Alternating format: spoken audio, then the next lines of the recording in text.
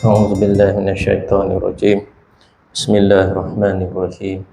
الحمد لله نحمده ونستعينه ونستغفره ونعوذ بالله من شرور أنفسنا ومن سيئات أعمالنا. من يهد الله فلا مضل له ومن يضلل فلا هادي له. أشهد أن لا إله إلا الله وحده لا شريك له وأشهد أن محمدا عبده ورسوله أرسله بالهدى ودين الحق ليظهره على الدين كله ولو كره المشركون. اللهم صل وسلم وبارك على سيدنا محمد وعلى آله وصحبه أجمعين. سبحانك لا علم لنا إلا ما علمتنا إنك أنت العليم الحكيم. رب اشرح لنا صدورنا ويسر أمورنا واحلل عقدة من ألسنتنا يفقهوا أقوالنا ولا حول ولا قوة إلا بالله العلي العظيم. أما بعد. السلام عليكم ورحمة الله وبركاته. Alhamdulillah, memanjatkan kita kesyukuran kepada Allah Subhanahu Wa Taala dengan limpahan anugerah nikmat kurniaannya yang cukup banyak ke atas kita, maka dapat kita meneruskan kehidupan di muka bumi Allah Ta'ala ini dalam keadaan kita menyiapkan bekalan untuk hari kematian kita, hari akhirat kita, yang mana di sana adalah satu tempat yang kekal. Maknanya di sana tidak ada peluang kedua untuk kita. Masa kita hidup ni kita ada peluang kedua, peluang ketiga, peluang keempat, peluang kelima. Selagi bernyawa ada peluang untuk kita perbaiki apa saja keadaan hidup kita sekarang ni. Kalau kita susah, kita masih ada peluang untuk perbaiki kehidupan kita jadi orang yang senang, keluar daripada kemiskinan, keluar daripada kesusahan. Kalau kita sakit, kita masih ada ruang-ruang untuk berubat, untuk kita sihat. Dan berbagai-bagai keadaan kita, apa juga kita keadaan sekarang ni, kalau kita jahat, orang jahat, kita ada peluang untuk perbaiki jadi orang baik, jadi orang yang beramal soleh, orang yang taat. Jadi kehidupan di dunia ni, kita masih diberi kesempatan untuk kita ghostan balik, perbetulkan balik benda-benda yang kita salah buat, menyebabkan kita mendapat sesuatu musibah ataupun kesulitan. Kita boleh perbaiki, sebab itulah kelebihan hidup kat dunia ni. Cuma masalahnya bila kita dah meninggalkan alam dunia ni, besok kita masuk alam kubur besok, apalagi alam akhirat, tak ada kesempatan tu, tak ada. Maknanya kalau kita masuk kubur besok, kalau kubur kita tu sempit je lah. Sempit je. Tak boleh nak luaskan. Tak boleh.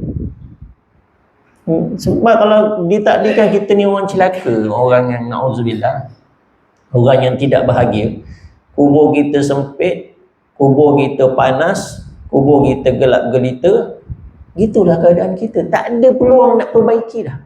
Tak boleh ghostan, tak boleh. Sebab itu banyak ahli kubur minta hidupkan balik, nak bagi supaya dia boleh berbentuk kehidupan di dalam kubur tu. Tapi dia tak ada peluang. Sebab itu tuan-tuan, jadi masalah kalau kita fikir, masalah mati dan akhirat ni masalah pada kekal tu. Itu yang jadi masalah. Masalah pada kekal tu. Kalau kita dihidupkan semula nanti tak apa. Tapi kekal, itu yang jadi masalah. Kita tak boleh ghostan balik. Ya, kalau kita ada renungan. Kalau tak kata mati cuma 100 tahun, akhirat cuma 1000 tahun, okey lagi. Mana ada juga kesudahan kita nanti, keluar daripada seksa kesulitan kalau kita ni orang yang diseksa. Tapi yang kita takut kekal itu. Jadi renungkan tuan-tuan, sebelum kita masuk satu tempat yang kita tak ada peluang perbaiki keadaan kita. Kalau kita miskin kat sana, miskin selama-lamanya. Kalau kita terseksa kat sana, terseksa lah kita. Maka sebelum kita menempuh alam itu, kita renungkan, lebih baik kita buat persiapan dengan kita mencari redha Allah Subhanahu Wa Ta'ala. Cari redha Allah, amal kita tak mampu nak tebus, tapi kita mengharapkan rahmat kasih Allah Ta'ala dengan mencari redha dia. Bagaimana? Dengan mengikhlaskan setiap kehidupan kita, setiap pekerjaan kita, amalan kita, apalagi ibadah kita, ikhlaskan, mencari semata-mata keredaan Allah Subhanahu Wa Ta'ala. Kita dengar baru-baru ni yang terbang jatuh. Dia katakan, itu pun benda yang mungkin mengejut. Orang nak landing lah pun kan. Tiba-tiba ke kini, boom, jatuh. Kalau kita tak tahu perasaan orang dalam tu, kita yang terkejut, dia lagi terkejut. Tapi kita nak ceritakan, mungkin dia pun tak terfikir hari itu hari dia ditakdirkan tarikh kematian dia tak tahu. Berbagai-bagai yang bermain dalam fikiran otak, di landing, nak buat apa, nak ke sana, nak ke sini, nak situ ni, nak situ, nak situ ni, nak mesyuarat tu, mesyuarat ni, nak bawa anak ke sana, semua dalam kepala otak ada sebelum landing tu. Betul tak? Sebab kita masih sentiasa menyangka kita akan hidup lagi 10 tahun, 15 tahun, itu sangkaan kita. Tapi tak sangka. Tetapi kita dengar satu jenazah yang dikatakan seorang ustaz yang bersama tu kan, katanya hafiz Al-Quran, dan jenazahnya dikatakan elok, hanya terbakar baju je, bakar bajunya je katakan, tak hancur lah jenazah tu. Jenazah tu rupa dia sempurna berbandingkan jenazah lain yang berkecai. Jenazah dia je satu-satu yang sempurna katanya, yang cukup sifat kata.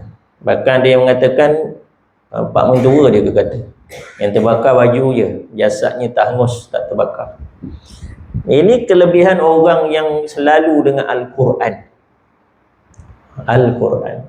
Masa baru-baru ni saya duduk di meja borak-borak kebetulan di Masjid Raya kami semalam lah, kita ada yang pengajian akhbar tu, kita jemput Tuan Guru Haji Ghazali Babali tu, sekam daripada Patan itu. Masa kita minum pagi tu borak-borak, bila kita buka topik ni, jadi di kalangan sahabat-sahabat yang ada berkongsi pengalaman diorang. Ada sahabat-sahabat yang ada, diorang ni pernah ditugaskan memindah kubur. Pindah kubur sebab tanah kubur tu dia nak buat jadi jalan raya dan sebagainya, jadi terpaksa dipindahkan kubur tu. Jadi diorang kongsikan pengalaman diorang. Dia ada seorang tuan haji tu, dia kata, saya start masa tu saya gali satu kubur, gali tanah tu, jumpa akar pokok ni besar, akar pokok tu. Gali lagi, buang akar pokok tu, kena keranda. Kerana ada kubur orang lah bawah tu. Kayu keranda dia elok Ustaz, elok macam baru tanam. Kayu keranda elok macam baru tanam. Lepas tu bila buka keranda tu, dalam tu jenazah dia tu kain putih berap, kotor sikit pun tak. Jenazah tu elok, kotor sikit pun tidak, jenazah tu elok macam baru mati. Padahal dia khabarkan usia kubur tu dah lebih daripada 5 tahun dah pun. Lebih daripada 5 tahun dah pun. Tapi jenazah tu macam dia pelihara. Bukan kata jasad dia, dia punya kain kafan pun macam tak terusik, tak ada kesan kotor dan sebagainya, macam baru ditanam. Begitu sekali keadaan rupa jenazah tu. Bila ditanya-tanya, guru Al-Quran. Itu guru Al-Quran. Betul. Kata seorang sahabat lagi, betul Ustaz, saya pernah di Kedah, saya kena alihkan satu perkuburan, kami jumpa 15 jenazah yang elok. 15 jenazah yang elok, jasad dia elok. Dia orang ni walaupun dah berbelas tahun meninggal, jasad mereka elok. Dan 15 ni dikatakan guru Al-Quran semua. Guru Al-Quran, masih hidup mengajar Al-Quran. Apalagi pula yang mengajar ikhlas, tak minta upah. Dia bukan hafal Quran, hanya mengajar Al-Quran dulu. Jenazah dalam kubur tak rosak. Ini orang berkat duduk main dengan Al-Quran tu. Sebab guru-guru Al-Quran ni bila dah lama mengajar Quran, dia dah macam hafal Quran dah. Dia dengar, dia tahu kita silap baca. Bukan sebab bila dah selalu membaca Al-Quran, orang kata telah menghafal secara tak langsung lah. Benda dah selalu baca pagi, petang, siang, malam, main dengan Quran, mengajar Quran. Dia pun tahu, ni silap ni. Padahal dia tak hafal pun, tapi dah benda tu dah jadi sebati dengan dia. Berkat duduk dengan Al-Quran ni tuan-tuan, apa benda kalau kita lazimi dengan Al-Quran, semua jadi mulia. Yang kita sebut bulan Ramadan mulia sebab bulan Al-Quran dikatakan. Kan, Lailatul Qadar mulia sebab diturunkan Al-Quran Lailatul Qadar tu. Jadi semua yang berkait dengan Al-Quran akan jadi mulia. Sebab itu salah satu cara lah, kalau kita ni nak tempat yang baik di akhirat besok, dalam kita kubur yang kita besok tak boleh ghostan balik, kita ni nak amal sembahyang sunat malam kita tak mampu sangat, nak puasa sunat pun kita tak larat tahan makan kita, nafsu kita rajin-rajin nak baca Quran. Rajin baca Quran. target khatam sebulan sekali ke sehari sejuzuk aja rajin baca Quran. Moga-moga dengan kita baca Quran, banyak baca kalam Allah ni lah tuan-tuan dan puan, jadi syafaat kita besok. Kan? Siapa tak nak? Kalau itu keadaan jenazahnya dalam kubur begitu punya elok, apa lagi balasan dekat akhirat esok? Apa lagi? Pastilah balasan yang cukup baik. Itu pun dah cukup, kita rasa cukup nikmat tengok jenazah macam tu. Kan? Apa lagi besok ni? Maknanya jenazah Allah Ta'ala pelihara. Tak dimakan cacing, tak dimakan oleh binatang-binatang, tak dipelihara Allah Ta'ala jenazah. Sebab berkat dengan kalam Allah Al-Quran. Ya. Ini memberi semangat kepada kita supaya kita ni rajin baca Al-Quran. Jangan rajin tengok handphone. Tengok handphone rajin. Facebook kerja-kerjam, WhatsApp kerja-kerjam. Quran baru baca tu muka serat dan ngantuk dah. Payah tu. Lepas itu kita kena mujar. Dan nafsu kena lawan tuan-tuan. Kena biasakan. Letak target satu hari berapa aku nak baca. Setengah juzuk pun okey. 10 muka surat, 5 like. 10 muka surat, 5 like setengah juzuk. Mana 2 bulan sekali kita khatam. Cukup. Setahun 5 kali. Alhamdulillah. Cukup, insya-Allah. Yang penting tuan-tuan perempuan jangan tinggalkan Al-Quran. Al-Quran ni sangat-sangat satu mujizat, kita kata. Mujizat kepada orang yang membacanya. Kalau pun bukan di dunia saja, dekat dalam kubur pun jadi mujizat bagi dia. Masa di dunia pun jadi mujizat, pada di akhirat besok pula akan menjadi mujizat. Sebab Quran ni akan menjadi syafaat kepada kita. Itu kelebihan Quran ni kalam Allah. Ya. Baik, muslimin dan muslimat dirahmati Allah Subhanahu wa taala. Jadi kembali kita membicarakan tentang pedoman solat berjemaah kita ini.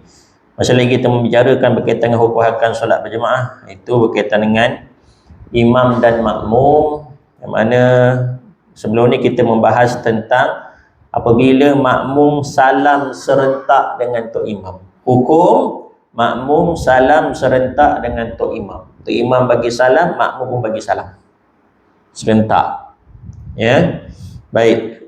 Yang mana hukum salam serentak dengan tok imam ni makruh. Makruh kepada si makmum tadi. Yang mana menghilangkan fadilat berjemaah pada salam tu, tidak pada keseluruhan solat. Dan kalau pahala jemaah tu kita kata 100%, 27 kali dengan dia tu 100% kan, dapat sempurna. Mungkin dia dapat 90% saja. Sebab apa? Sebab dia salam kat ujung-ujung tu, dia salam sama dengan tok imam. Maka kata tuan guru kita, hilang fadilat berjemaah kat situ.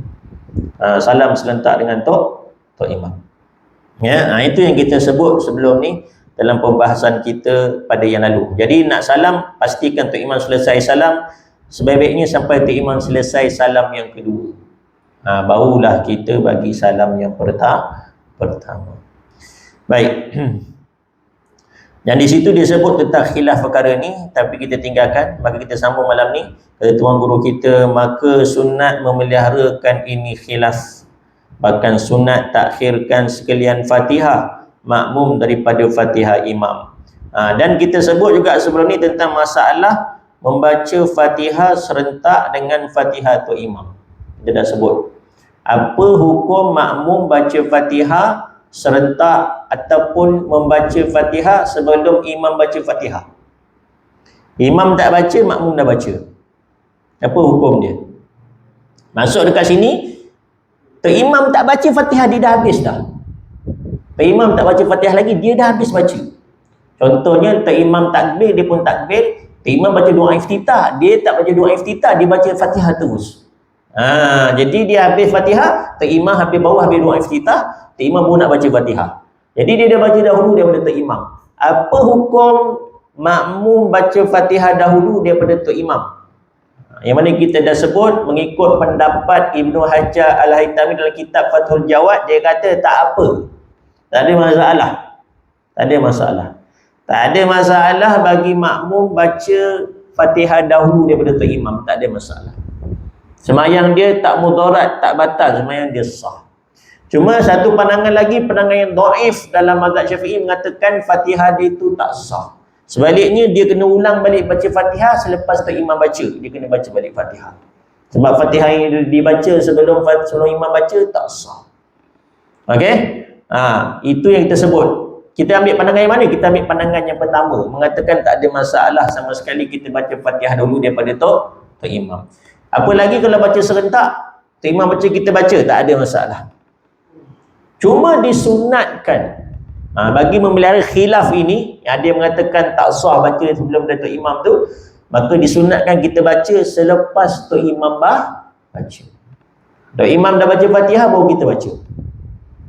Ini pada 2 rakaat yang awal solat maghrib, solat isyak, solat subuh. Waktu Tok Imam baca kuat tu, kita disunatkan baca kemudian daripada Fatihah Tok Imam, baru kita baca. Okey. Tapi pada 2 rakaat yang bacaan yang pada rakaat yang ketiga keempat yang Tok Imam baca perlahan, dan juga pada sembahyang zuhur, sembahyang asar tu Tok Imam baca perlahan, itu tak ada masalah sama sekali untuk kita baca serentak Fatihah dengan Tok Imam ataupun mendahului Tok Imam. Harus. Okey. Tapi yang pada Tok Imam baca kuat tu, 2 rakaat yang awal tu, pada solat subuh tu, sunat kita baca kemudian Fatihah kita daripada Fatihah Tok Imam. Kalau kita terbaca dahulu, kita baca balik, ulang balik selepas Tok Imam baca. Sunat. Sunat. Kalau tak ulang balik pun tak apa.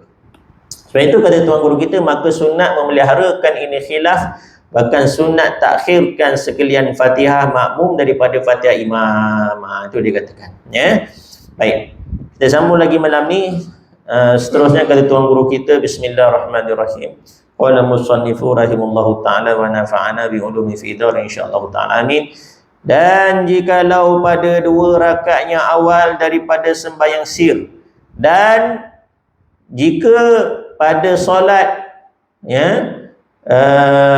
yang dibaca dengan sir, iaitu dibaca dengan perlahan, pada 2 rakaat yang awalnya, maknanya kalau zuhur tu pada rakaat pertama, rakaat kedua, dan pada asar pun sama, rakaat pertama, rakaat yang kedua itu Tok Imam akan baca sembahyang zuhur dengan sembahyang asar tu baca sir, baca perlahan, kita tak dengar. Jadi pada 2 rakaat yang awal itu, jika sangka ia akan imam membaca surah, dan jika ketahui makmum bahawasanya imam simpan atas Fatihah saja, lazim makmum bahawa membaca Fatihah serta membaca imam.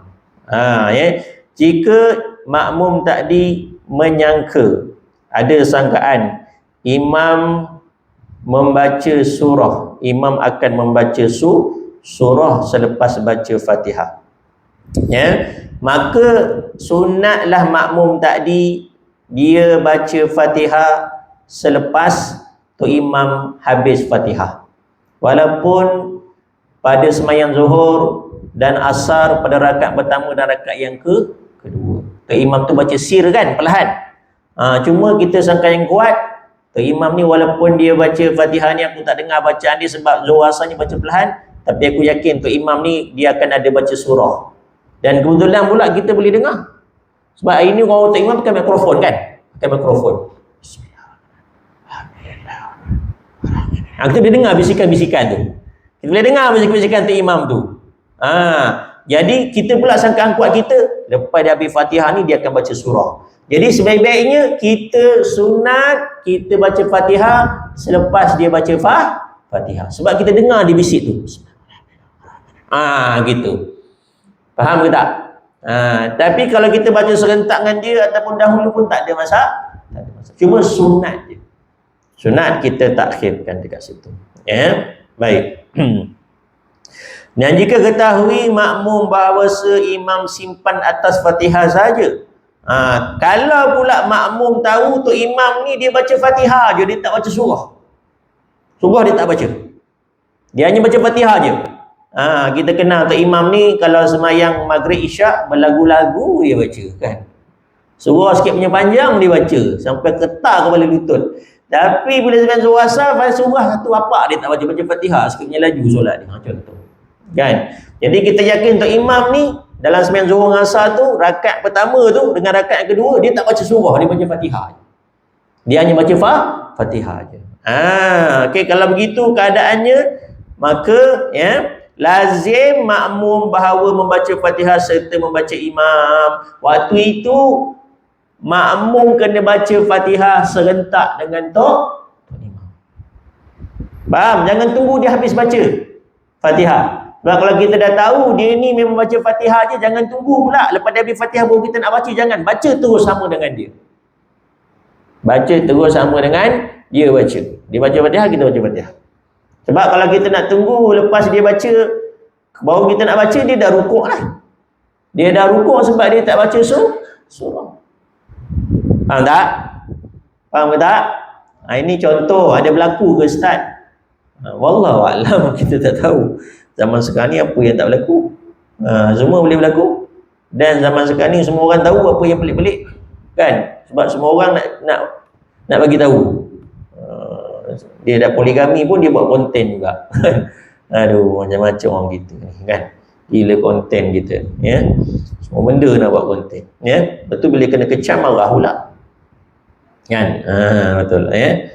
Jadi dalam zaman sekarang ni tak ada apa yang pelik. Jadi kalau kita belajar ni, jangan kita rasa aduh nak kena tahu ke benda ni. Ya, kena tahulah. Kena tahu. Jadi boleh jumpa je Tok Imam sekarang, macam-macam style ada Tok Imam. Macam-macam rupa ada Tok Imam, kita boleh jumpa. Tak pelik. Jadi kalau berlaku kepada kita, kita tahu apa tindakan nak buat. Tok Imam ni dia baca Fatihah je, dia rukuk. Maka dekat situ kita bila bangun je rakaat kedua tu terus dia baca Fatihah. Tak payah nak tunggu dah dia, sebab kita tahu dia tak baca surah, terus dia baca Fatihah. Sama ada kita baca serentak dengan dia, awal daripada dia pun tak ada masalah kat situ. Lepas tu dia kata lazim. Lazim ni kalau kita faham bahasa kitab maksudnya wajib. Lazim ni kalau kita setengah masuk kita benda yang wajib. Melazimi, si fulan bin fulan melazimi makan roti canai. Maknanya kerja dia tidak ni makan roti canai je, termasuk lazim. Si fulan bin fulan melazimi solat berjemaah. Maknanya dia ni selalu solat berjemaah, termasuk lazim kat situ. Jadi betul guru kata lazim makmum bahawa membaca Fatihah serta membaca imam tadi. Dan jikalau berdiri imam kerana melebihkan rakaat. Ni soalan tuan-tuan suka tanya ni. Kalau jumpa dah. Dan jikalau berdiri imam, kalau tu imam berdiri kerana melebihkan rakaat, kerana rakaat yang terlebih, maknanya dia diri rakaat yang kelima. Melebihkan rakaat maksudnya dia bangun dengan sengaja. Dia bangun dengan sengaja. Sebab tu kita kata, dan jika berdiri imam kerana melebihkan, maknanya dia bangun dengan sengaja rakaat yang kelima tu. Bukan terlupa. Bangun dengan sengaja. Perbuatan dia bangun rakaat kelima itu dengan sengaja. Tapi pada pandangan kita rakaat kelima, dia bangun dengan sengaja tu sebab dia ragu-ragu. 4 ke 3? 4 ke 3? Bila 4, 3, dia ambil berapa? Ambil 3, ambil kurang. Memang dia sengaja bangun satu lagi. Sebab dia ragu-ragu berapa rakaat. Memang dia kena ambil yang kurang, dia kena bangun satu lagi rakaat. Memang dia bangun dengan sengaja. Jadi disebabkan itu pada kita dia bangun rakaat yang kelima. Tapi pada dia terpaksa ambil keputusan begitu sebab ihtiyat, berhati-hati. Bangun dia rakaat yang pada dia itu baru 4 rakaat. Sebab apa? Sebab dia tak ingat berapa. Dia ragu-ragu 4, 3 bangun. Okey, begitu keadaan. Baik. Jadi kalau imam bangun rakaat tambahan itu, macam mana pula kita? Dia kata, jikalau berdiri imam kerana melebihkan rakaat seperti kelima, bangun rakaat yang kelima. Dan jikalau ia lupa sekalipun, ataupun kalau dia bangun tu sebab dia lupa, bukan sengaja lagi dah, sebab dia lupa. Semayang pun bangun tu bangun.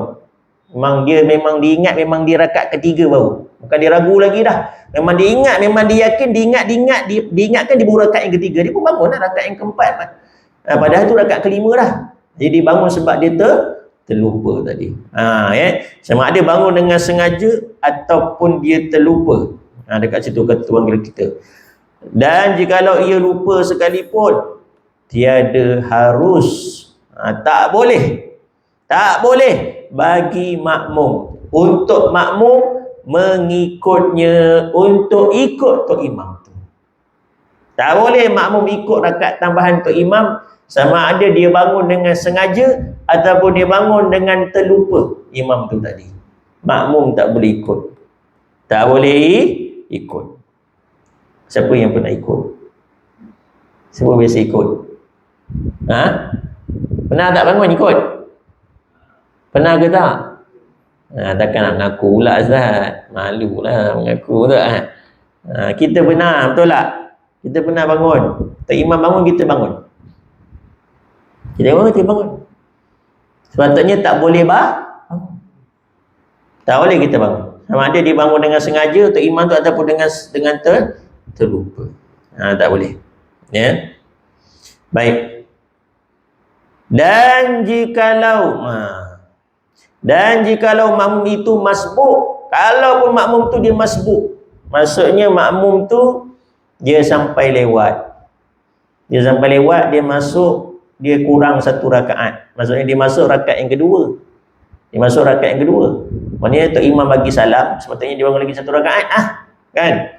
Tiba-tiba termasa dia tengok-tengok tok imam bangun lagi rakaat tambahan. Rakaat kelima tok imam jadi rakaat keempat bagi makmum masbuk. Betul tak? Diingatkan dia tunggu tok imam bagi salam lah ni. Lepas sujud yang kedua, tok imam duduk tahiyat akhir bagi salam. Jadi lepas tu dia tak bangun satu rakaat lagi, dia kurang satu rakaat. Tiba-tiba dia tengok tok imam bangun rakaat yang tambahan tu. Adakah dia boleh kata, cantiklah, aku pun kurang satu rakaat, terus je lah ikut imam ni rakaat tambahan dia? Tak boleh. Makmum masbuk tu tak boleh ikut. Dia kena mufarakah. Dia tak boleh ikut. Dia kena mufarakah, teruskan satu rakaat tu seorang diri. Tak boleh dia ikut rakaat tambahan imam tu. Tak boleh. Faham tak? Faham ke tak? Walaupun dengan cantik tu setting tu, satu rakaat lagi imam dibangun pula, dia terlupa ke tu, baguslah rezeki aku buang sarakat. Tak boleh gitu. Dia kena mufarakah, tak boleh ikut rakaat tambahan imam tadi, ya. Itu makmum masbuk tu, ya. Atau yang syak akan bilangan rakaatnya sekalipun, ataupun makmum tu sendiri dia jenis ragu. Dia ragu bilangan rakaat. Dia ragu. Dia sama dengan tok imam. Tok imam ragu, dia pun ragu. Tok imam ragu, dia pun ragu. Okey? Tok imam bangun rakaat tambahan. Ada orang tegur, subhanallah. Orang tegur tok imam, subhanallah. Orang tegur tok imam, subhanallah. Jadi bila orang tegur tok imam, makmum ni yakinlah tok imam ni dah bangun rakaat tambahan ni. Sebab makmum semua tegur ni.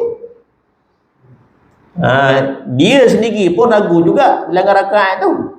Sebab dia pun tak ingat, kadang-kadang kita semayang kita pun ikut imam. Kita pun lupa rakaat kita berapa kan. Dia tok imam bangun rakaat kelima tu, kadang-kadang kita tak tegur. Kita tak tegur sebab kita semua tak ingat berapa rakaat. Kita tak ingat berapa rakaat. Cuma ada beberapa orang yang ingat dia tegur, subhanallah. Bila ada orang yang ingat tegur, subhanallah, maknanya memang betul dia bangun rakaat tambahan. Faham tak? Jadi kita tak boleh ikut imam tadi. Tak boleh. Kalau kita masih lagi dengan keraguan kita nak ambil berangan yang kurang juga, kita kena mufarakah, kita bangun satu rakaat lagi seorang-seorang. Tak boleh ikut imam yang bangun rakaat tambahan tu.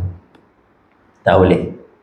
Jadi kalau dalam bahasa yang mudahnya, bila tok imam bangun rakaat tambahan tu, kita sebagai makmum, apa keadaan kita sekalipun, kita tak boleh ikut imam yang bangun rakaat tambahan. Sama ada kita masbuk ataupun kita syak pada bilangan, kita tak boleh bangun ikut imam yang melakukan rakaat tambahan tadi. Faham ke tak? Jangan pula kata, saya bangun Ustaz sebab saya pun tak tahu berapa rakaat dah. Tengok bangun, saya pun tengok berapa rakaat, saya ikut je lah dia. Tak boleh. Tak boleh. Kalau kau nak bangun juga sebab kau pun tak pasti berapa rakaat, walaupun dah ada orang tegur, tapi kau pun tak percaya dengan teguran dia, kau nak bangun juga, kau tak boleh ikut dah imam depan yang bangun rakaat tambahan. Kau mufarakah, kau bangun tu dengan seorang diri. Jadi satu rakaat tu tak boleh kau ikut dia. Faham ke tak? Faham tak? Ya. Itu kaedah dia. Jadi kata yang lain, bila tu imam tu dah memang jelas dia bangun rakaat tambahan, makmum tak boleh ikut. Tak boleh ikut. Dia tak boleh ikut. Ya, baik. Jadi bagi yang perlu bangun rakaat seterusnya seperti masbuk tadi ataupun yang syak tadi, dia kena mufaraqah untuk dia bangun rakaat seterusnya itu. Dia tak boleh ikut imam yang bangun, kebetulan bangun tadi, ya. Baik. Jadi tak boleh. Jadi betul kata tiada harus ikut berdiri. Tak boleh. Kata tuan guru kita, ikut imam berdiri tak boleh. Bahkan mufaraqah iya. Bahkan makmum tadi wajib mufaraqah dengan tok imam dan memberi salam ia. Mufaraqah.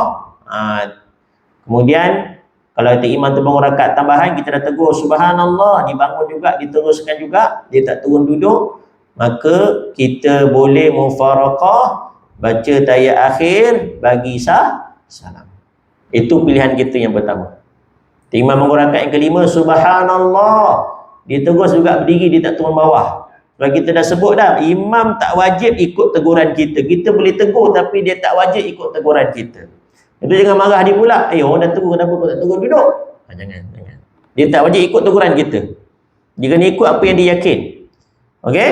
Kalau dia walaupun kita tegur, dia tak percaya dengan kita. Dia ni kaki ceng ni kuat ni. Contoh.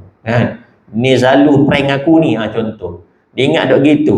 Jadi dia kena ikut keyakinan dia. Jadi bila tu imam tu dah bangun rakaat tambahan, orang tegur subhanallah, dia tak mau turun duduk, dia berdiri juga. Sebenarnya ni tak betul. Biar dengan dia tu imam. Cuma kita tak boleh ikut. Kita buat apa? Kita niat yang pertama, kita niat mufaraqah. Baca tahiyat, bagi salam. Itu pilihan kita yang pertama. Itu pilihan kita yang pertama. Mufaraqah, baca tahiyat akhir, bagi salam. Atau menanti ia akan imam di dalam tasyahud, ataupun dia duduk baca tahiyat akhir, dia jangan bagi salam dahulu. Dia tunggu untuk imam yang bangun rakaat tambahan tadi. Sebab tu imamnya sembahyang tak sah, tak batal. Yang ni masih lagi sah sebab dia buat benda yang betul. Dia ragu berapa rakaat, dia kena ambil yang kurang, dia kena bangun lagi satu rakaat. Dia buat benda yang betul dan dia tak perlu dengar teguran kita walaupun kita berhak untuk tegur. Dia buat benda yang betul, cuma kita tak boleh ikut dia. Jadi sembahyang dia masih lagi sah, sembahyang imam tu. Jadi kita tak boleh ikut dia. Sama ada kita mufaraqah, cara yang pertama tadi. Cara yang kedua, kita jangan mufaraqah. Kita duduk baca tahiyat akhir dan kita jangan bagi salam dahulu. Kita tunggu dalam tahiyat akhir tu. Jadi kata guru, atau menanti ia akan imam dalam tasyahud supaya memberi salam ia serta imam atas yang muktamad muqabilnya. Ya. Jadi dia tunggu dalam tahiyat akhir tu, lepas dia bagi tahiyat akhir, jangan bagi salam dahulu. Dia tunggu sampai tu imam habis selesai rakaat tambahan dia, tu imam duduk tahiyat akhir, tu imam bagi salam, baru dia bagi salam dengan tok imam. Ini cara yang kedua dia boleh buat. Mana dia ada dua pilihan. Okey. Baik. Ini pandangan yang muktamad. Pandangan yang muktamad. Yang kita guna pakai, inilah cara yang perlu dilakukan oleh makmum bila tok imam bangun rakaat tambahan tadi. Baik. Cuma di sini tuan guru kita dia bawa datang lagi pandangan-pandangan yang sebaliknya, selainnya. Yang pandangan yang selain daripada yang kita sebut tadi. Disebut oleh tuan guru kita dalam buku kitab kita ni. Cuma tuan-tuan tak ada kitab. Bila tak ada kitab, saya nak sebut pandangan yang sebalik ni pun macam tak sedap lah. Nanti tuan-tuan jadi lagi pening kepala pula. Kan lagi confuse, ini pun dia confuse dah. Kan? Macam faham tak faham je. Kan? Macam nak tak nak je. Kan? Nak dengar ni macam pelik je kan. Jadi kalau kita nak bawa pandangan yang khilaf ni mungkin lagi payah. Sebab dia kata kat sini, berkata ia tiada harus bagi makmum menanti. Dia juga mengatakan tak boleh makmum tunggu untuk imam tadi. Tak boleh dia ambil cara yang kedua, iaitu dia tunggu imam lantai akhir bagi salam untuk imam. Tak boleh. Bahkan memberi salam ini jika sekira makmum tidak kehendak mendatang rakaat yang kurang, kerana ia masbuk atau ia yang syak akan bilangan rakaat. Maka jika ia kehendak nak mendatang rakaat yang kurang itu, mufarakah ia akan imam yang berdiri kerana melebih rakaat itu. Kemudian baru makmum mendatang ia akan rakaat yang tinggal atasnya. Jadi ini tak perlu saya terangkan sebab tuan-tuan perempuan dah faham tadi. Nanti takut keliru dekat situ, bertambah keliru ya. Jadi yang kita dah nampak, kita dah faham tu, itu dah kita boleh amalkan dalam solat kita insya-Allah. Dan jikalau mengikut ia akan seorang yang ia sangka sah jadi imam, ialah qari atau tidak, makmum atau laki-laki atau yang berakal, kemudian nyata ia ummi atau makmum atau perempuan atau gila, nescaya wajib mengulangi sembahyang itu kerana imam tidak ahli jadi imam. Tiada jika nyata imam berhadas, walaupun berhadas besar, atau imam mempunyai najis yang sembunyi, dan jikalau pada sembahyang Jumaat sekalipun. Jika lebih ia daripada bilangan 40, maka tiada wajib ulangi. Baik. Kemudian kata tuan guru kita kat sini, kalau kita sembahyang berjemaah, kita ikut imam itu, imam tu dia seorang yang kita yakin sembahyang dia sah. Imam tu kita yakin sembahyang dia sah. Segi bacaan dia betul, dia qari, baca Fatihah pun sempurna tajwid dia, tak ada silap. Betul lah. Dan kita pun yakin dia ini memang layak jadi tok imam. Dia memang lelaki, bukan khunsah, bukan wanita yang menyamar dia lelaki, bukan. Yang betul-betul lelaki, kita kenal dia, bukan pengkit, bukan tomboy kita kata, ya. Jadi kita yakin tok imam ni memang sembahyang dia sah dan dia memang layak jadi imam. Dia memang layak jadi imam. Kita yakin begitu. Okey. Tiba-tiba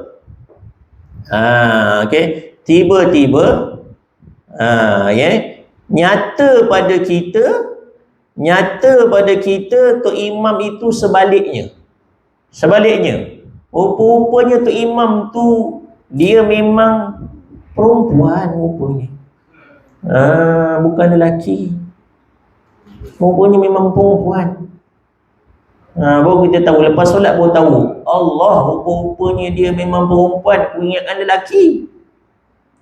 Kena-kena pula kita ikut belakang dia pakai jubah, dia sarung pula serban kan. Serban macam ala-ala tuan guru pakai tu, tutup macam tu kan, tutup kita tak nampak dia.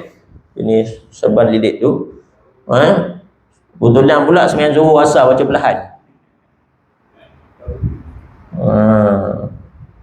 Betul kan?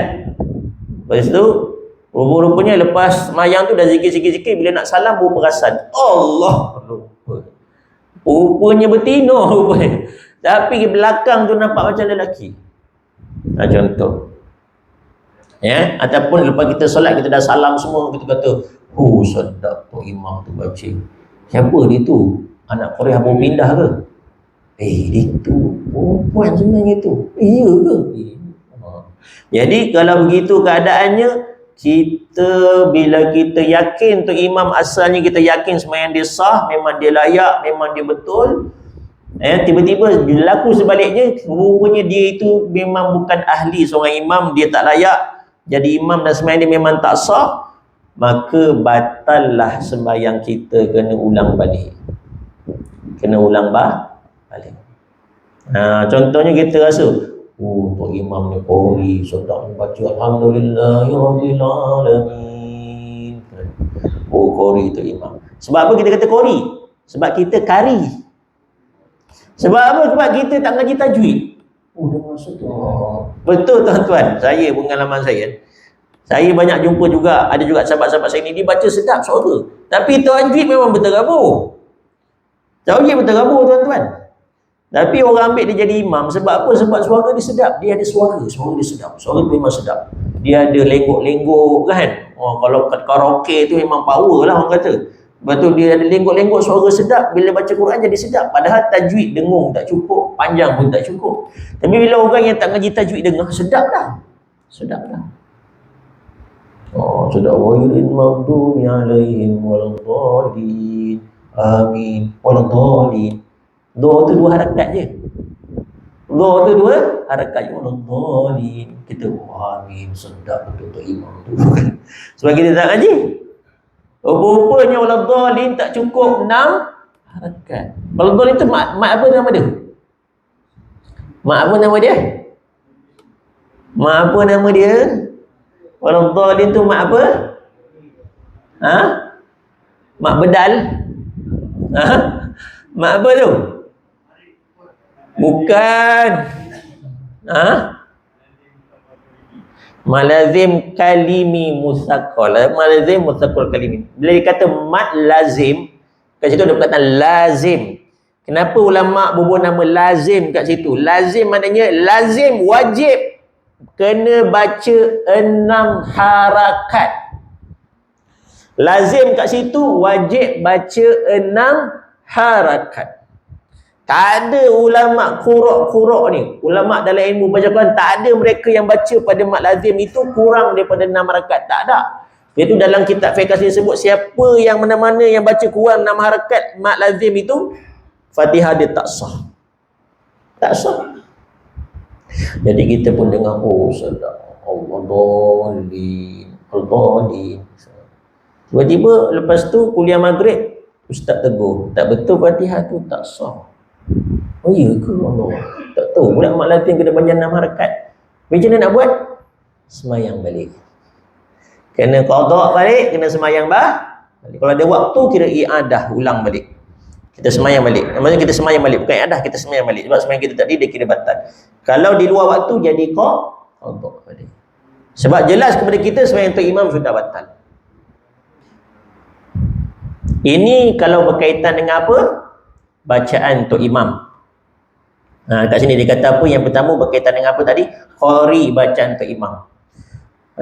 Ataupun pada status dia, jantina dia. Yang kedua, jantina dia kita dapat tahu rupanya dia perempuan. Yang ketiganya pada berakal dia. Rupanya yang jadi imam tu orang gila. Baca sedap. Rupanya dia orang gila rupanya tuan-tuan. Kita berimam ke orang gila rupanya. Bagus semayang semua sempurna, rukuk semua, apa semua cukup. Rupanya dia gila. Dia gila, memang dia gila tuan-tuan. Tapi dia boleh jadi tok imam. Tapi dia gila. Maknanya dia tak berakal rupanya. Baru kita sedar, Allah ingatkan elok orang ni rupanya orang gila. Ya. Jadi dia ada 3 syarat kat situ. Kalau lepas semayang baru kita sedar dia ni ummi bukan qari. Yang keduanya baru kita sedar dia ni perempuan bukan lelaki. Yang ketiganya dia rupanya orang yang tidak berakal, bukan orang yang berakal, sama ada dia gila, ya. Maka kita dapat tahu selepas solat. Maka 3 perkara ni kalau kita tahu selepas solat yang dia ni ummi, dia ni sebenarnya perempuan dan dia sebenarnya orang yang tidak waras, maka bila kita tahu lepas solat, kita kena qada, kita kena semayang balik. Kalau luar waktu kita kena qada balik. Itu dia. 3 perkara tadi. Apa dia? Qari sebaliknya dia ummi. Laki sebaliknya dia perempuan. Ya, kemudian satu lagi apa tadi? Waras berakal, rupanya dia tidak berakal. Kalau jelas bila kita lepas solat, kita kena semayang balik, kena qada balik. Kalau di luar waktulah. Tetapi kata tuan guru kita, tiada jika nyata imam berhadas. Tetapi kalau dia batal sebab dia berhadas. Imam lepas solat berperasan, ya Allah aku tak ambil wuduk solat tadi. Ya Allah aku semayang pimpin solat tadi tak mandi jenabah lagi. Duk mandi malam tadi bersama dengan isteri. Bangun pagi tadi kita mandi biasa je, tak mandi jenabah. Mandi biasa terus pergi jadi tok imam. Lepas selesai tok imam berperasan, Allah, aduh malam tadi duduk bersama dengan isteri. Rupa nak mandi biasa, rupa mandi jenabah, jadi tok imam. Lepas semayang semua berperasan, Allah tak mandi jenabah tadi. Macam mana? Tak apa. Tak apa pada apa? Tak apa pada makmum. Imam tu kena semayang balik lah. Semayang ni memang tak sah semayang imam tu sebab berhadas tadi. pada makmum itu tak batal solat dia. Tak batal solatnya. Sekalipun nyata pada makmum tu imam tadi semayang dalam keadaan berhadas. Sekalipun nyata pada makmum tu imam tadi jadi imam dia dalam keadaan berjunub. Kita tahu semayang kita tak batal. Semayang kita tak batal. Semayang kita tak batal. Apalagi kalau tidak nyata kepada kita, lagilah tak batal. Kalau nyata pun tak batal, yang tu imam berjunub, semayang kita tak batal, makmum tak batal. Kalau tak nyata lagi tak batal semayang kita. Faham tak? Faham tak? Lepas solat tu imam berumum, tuan-tuan saya minta maaf, saya nak cakap pun saya malu juga. Dia kata, itulah malam tadi saya sebenarnya baru menikah seorang lagi ni. Senyap dia kata. Jadi saya lupa pula saya tak mandi jenabah ni. Jadi saya solat tadi dalam keadaan berjunub. Tak apalah Tok Imam, tak apa, kami maafkan. Tok Imam pergilah mandi jenazah tu. Semayang saya sah dah. Tok Imam pergi mandi jenazah tenang. Baik, selesai. Jadi kalau berhadasnya Tok Imam tadi, jika nyata imam berhadas walaupun berhadas besar, tak ada masalah. Atau imam mempunyai najis yang sembunyi, atau Tok Imam lepas solat boleh perasan dalam poket dia ada cicak, bangkai cicak. Kita tak nampak. Yang nampak Tok Imam. Dia nak buka jubah dia, tiba-tiba jatuh cicak daripada poket dia. Allah, bangkai cicak ke bawah tadi. Dan jikalau pada sembahyang Jumaat sekalipun, pada solat Jumaat dalam isu tersebut hadas dengan najis yang sembunyi tadi, jika lebih ia daripada bilangan 40 dalam solat Jumaat tu, kalau Tok Imam tadi, Tok Imamnya sembahyang memang tak sah lagi tersebut, tapi sembahyang Tok Imam yang tak sah tu tidak mengefekkan syarat 40 orang tu. Hanya Jumaat ramai lah. Kalau Tok Imam batal pun masih lagi ada cukup 40 orang. Maka tak ada wajib ulangi. Dan jika adalah imam mengetahui dengan hadas dirinya atau najis itu sekalipun. Faham? Sekalipun kita tahu tadi Tok Imam semayang bawa bangkai cicak dalam poket. Kita tahu dah. Kena kita tahu. Lepas semayang Isyak, kita mengeteh kat luar tu, dia cerita, Allah tak ada aku semayang ada bangkai cicak dalam poket. Jadi imam dia bangkai cicak, dia bangkai cicak tadi pocet selok. Lagi akan cik duit tengok bangkai cicak. Kau kena semayang balik lah. Aku tak payah semayang. Tak ada masalah. Kita makmum tak perlu ulang. Semayang kita sah lah. Ini pada hadas dengan pada najis yang tersembunyi, tapi lepas semayang baru Tok Imam declarekan yang dia berhadas dan yang dia ada najis tersembunyi. Masa dia solat tadi dia tak perasan, lepas solat pun dia perasan. Maka kalau dia declare selepas solat itu, walaupun solat Jumaat sekalipun, dengan syarat tidak efek 40 orang. Dengan batalnya solat imam tu, bilangan 40 orang masih lagi cukup. Sebab Jumaat kan syarat dia 40 orang kan. Maka Jumaat itu sah, makmumnya semayang sah. Kita punya semayang yang semayang fardu pun sah. Cuma yang tak sahnya sembahyang Tok Imam sahaja. Tok Imam yang kena ulang. Ini pada hadas dengan najis yang tersembunyi. Sama ada nyata pada kita ataupun tidak, maka tidak batal sembahyang makmum. Yang batal hanya sembahyang imam. Habis kita berhenti kat situ. Dan najis yang zahir itu najis ain, yang mendapatkan dia salah satu, kita masuk kat situ lah. Allah Akbar. Ini satu ilmu yang baru, yang berguna, yang kita dapat. Allah Ta'ala berikan kepada kita. Jadi fahamkanlah elok-elok, dan sematkan dalam hati kita, dan ucapkan Alhamdulillah. Moga Allah Ta'ala kekalkan ilmu di dalam kita dan boleh kita kongsikan, ajarkan kepada orang lain sehingga menjadi saham kepada kita besok. Nabi kata pun bila mati anak Adam terputus semuanya melainkan 3 perkara kan. Satunya ilmu yang diajarkan dan diamalkan oleh orang lain itu, inilah satu sam jariah yang berkekalan kepada dia. Kan Nabi kata balighu anni walau ayah, sampaikan daripada aku walaupun satu ayat. Kalau jadi ustaz pun, jadi ustaz pun nak berdakwah bukan. Tugas kita semua memang wajib berdakwah. Kat yang kita mampu. Semua jadi sehata kita hantar ajar anak isteri kita, dia amalkan ilmu, jadi sama dia kita. Ya, jangan kita merendah diri sangat dalam dakwah ni. Gunakan manfaatkan apa yang kita mampu kongsikan. Baik tuan-tuan dan puan-puan, ada apa-apa soalan, ada apa-apa pertanyaan? Bagi tangguh kuliah kita kalau ada apa-apa kemusykilan. Ya. Ya, janji. Apa dia? Okey. Okey. Okey. Imam lupa doa kunut dan dia pula lupa nak sujud sahwi. Apa hukum solat tadi? Sah ke tak? Siapa boleh bagi? Siapa di kalangan tuan-tuan dan perempuan boleh bagi jawapan? Sah. Kenapa sah? Sujud sahwi sunat. Doa kunut sunat. Ya, sah sebab baca doa kunut tu sunat, ditinggalkan tak batal lah sebab sunat je. Sujud sahwi tu pun, buat sujud sahwi tu pun hukum dia sunat. Bila dia tak buat pun sembahyang dia tak batal. Cuma sembahyang itu kekallah ada kecacatannya yang tidak ditampal dengan sujud sahwi. Sebab peranan sujud sahwi itu menampal kecacatan solat tadi yang dia tak baca kunut tadi. Kan? Bagat sembahyang tu dah berlubang dah. Berlubang sebab tinggalkan kunut tu.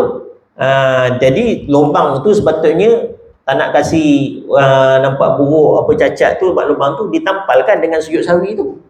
Tapi bila tak sujud sahwi, lubang sajalah. Begitu, tak bertampal. Nampaklah cacatnya kat situ. Gitu je lah. Jadi, tapi sembahyang masih lagi sah. Baik, ada soalan lain?